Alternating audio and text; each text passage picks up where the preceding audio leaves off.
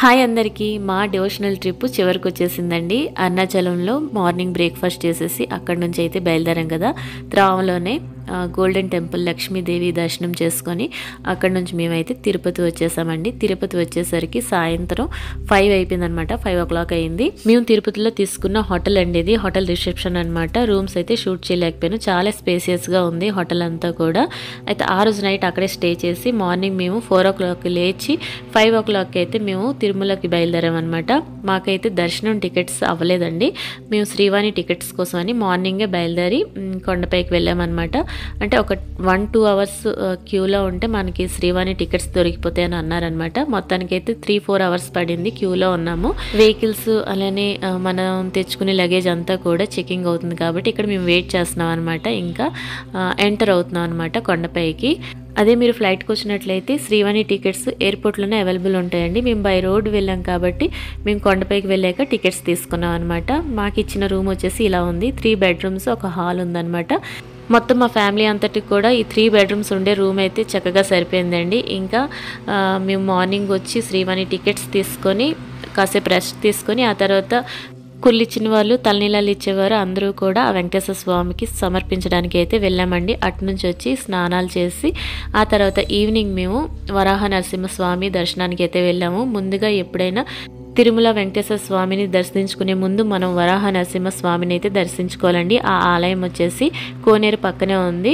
ఆ వరాహ నరసింహ స్వామి దర్శనం అయ్యాక కొద్దిగా షాపింగ్ ఉంటే షాపింగ్ అంతా చేసేసుకొని మేమైతే రూమ్కి వచ్చేసాం అనమాట. ఇంకా వర్షం పడుతుంది కాబట్టి ఈ ప్లేస్ వచ్చేసి దేవుడికి దీపారాధన చేసే స్థలం అనమాట. అలానే దీని వెనుక మనకి ఆంజనేయ స్వామి ఆలయం ఉంటుందండి. ఆంజనేయ స్వామికి భోగం పెట్టే సమయం అయితే అయ్యిందండి. అందుకే అక్కడ ఉండే బ్రాహ్మణ్స్ అందరూ కూడా బాజా భజంత్రీలతో భోగం పట్టుకుని వెళ్ళి ఆంజనేయ స్వామికి సమర్పిస్తారనమాట.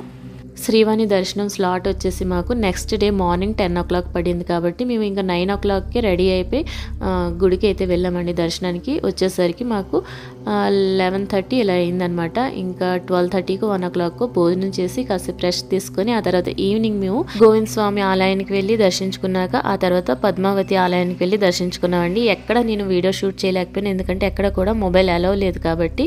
ఈ 2 ఆలయాలు దర్శించుకొని మళ్ళీ కొండపైకి 10 లోపల వచ్చేయాలండి. 10 తర్వాత కొండపైకి అలౌ లేదనమాట. తిరుమలలో ఇంకా చాలా ప్లేసెస్ ఉన్నాయటండి చూడవలసినవి. అవి మీకు తెలిసినట్టయితే కామెంట్ బాక్స్లో నాతో షేర్ చేయండి. ఈసారి తిరుమల వెళ్ళేటప్పుడు ఆ ప్లేసెస్ అన్నీ కూడా విజిట్ చేయాలి. తిరుమలలో మేమైతే శ్రీవాణి దర్శనంకి వెళ్ళామండి. శ్రీవాణి దర్శనం అంటే చాలా దగ్గరపాటు నుంచి ఆ భగవంతుడిని అయితే దర్శనం చేసుకోవచ్చు అనమాట. గర్భగుడి మొదటి ద్వారం వద్ద నుంచి శ్రీ వెంకటేశ్వర స్వామి దర్శనం అయితే కలుగుతుందండి. అలా దర్శించుకునేటప్పుడు అయితే ఆనందంతో కళ్ళంట నీరు కూడా వస్తాయి. తిరుమలలో ఆ గోవిందుడి యొక్క స్మరణ అక్కడ ఉండే వాతావరణం అన్నీ కూడా మనశ్శాంతిని అయితే కలిగిస్తుంది. అందుకే అక్కడ నుంచి ఎప్పుడు తిరిగి వస్తున్నప్పుడు కూడా ఒక చిన్న బాధ అయితే కలుగుతూ ఉంటుంది. తిరిగి మళ్ళీ ఎప్పుడు ఇక్కడికి వస్తామా, ఆ భగవంతుడి దర్శనం ఎప్పుడు మనకు కలుగుతుందా అని ఆధ్యాత్మిక భావనతో కూడిన మా ప్రయాణం అయితే ఇక్కడితో ముగిసిందండి. మధురై నుంచి తిరుపతి వరకు నా డివోషనల్ ట్రిప్ వ్లాగ్స్ అన్నీ కూడా నేను మీతో షేర్ చేశాను. మీరు మన ఛానల్కి వెళ్ళి విజిట్ చేయొచ్చు. తిరుపతి ఎయిర్పోర్ట్కి అయితే రీచ్ అయిపోయామండి. ఇక్కడ నుంచి మాకు వైజాగ్ ఫ్లైట్. వైజాగ్ నుండి జగదల్పూర్ శ్రీ వెంకటేశ్వర స్వామి దయాకరణ వాళ్ళైతే క్షేమంగా ఇంటికి చేరుకున్నాం. ఈ వీడియోని ఇక్కడితో ఎండ్ చేసేస్తున్నానండి. వీడియో నచ్చినట్లయితే లైక్ చేసి షేర్ చేయండి. Thank you for watching. Bye.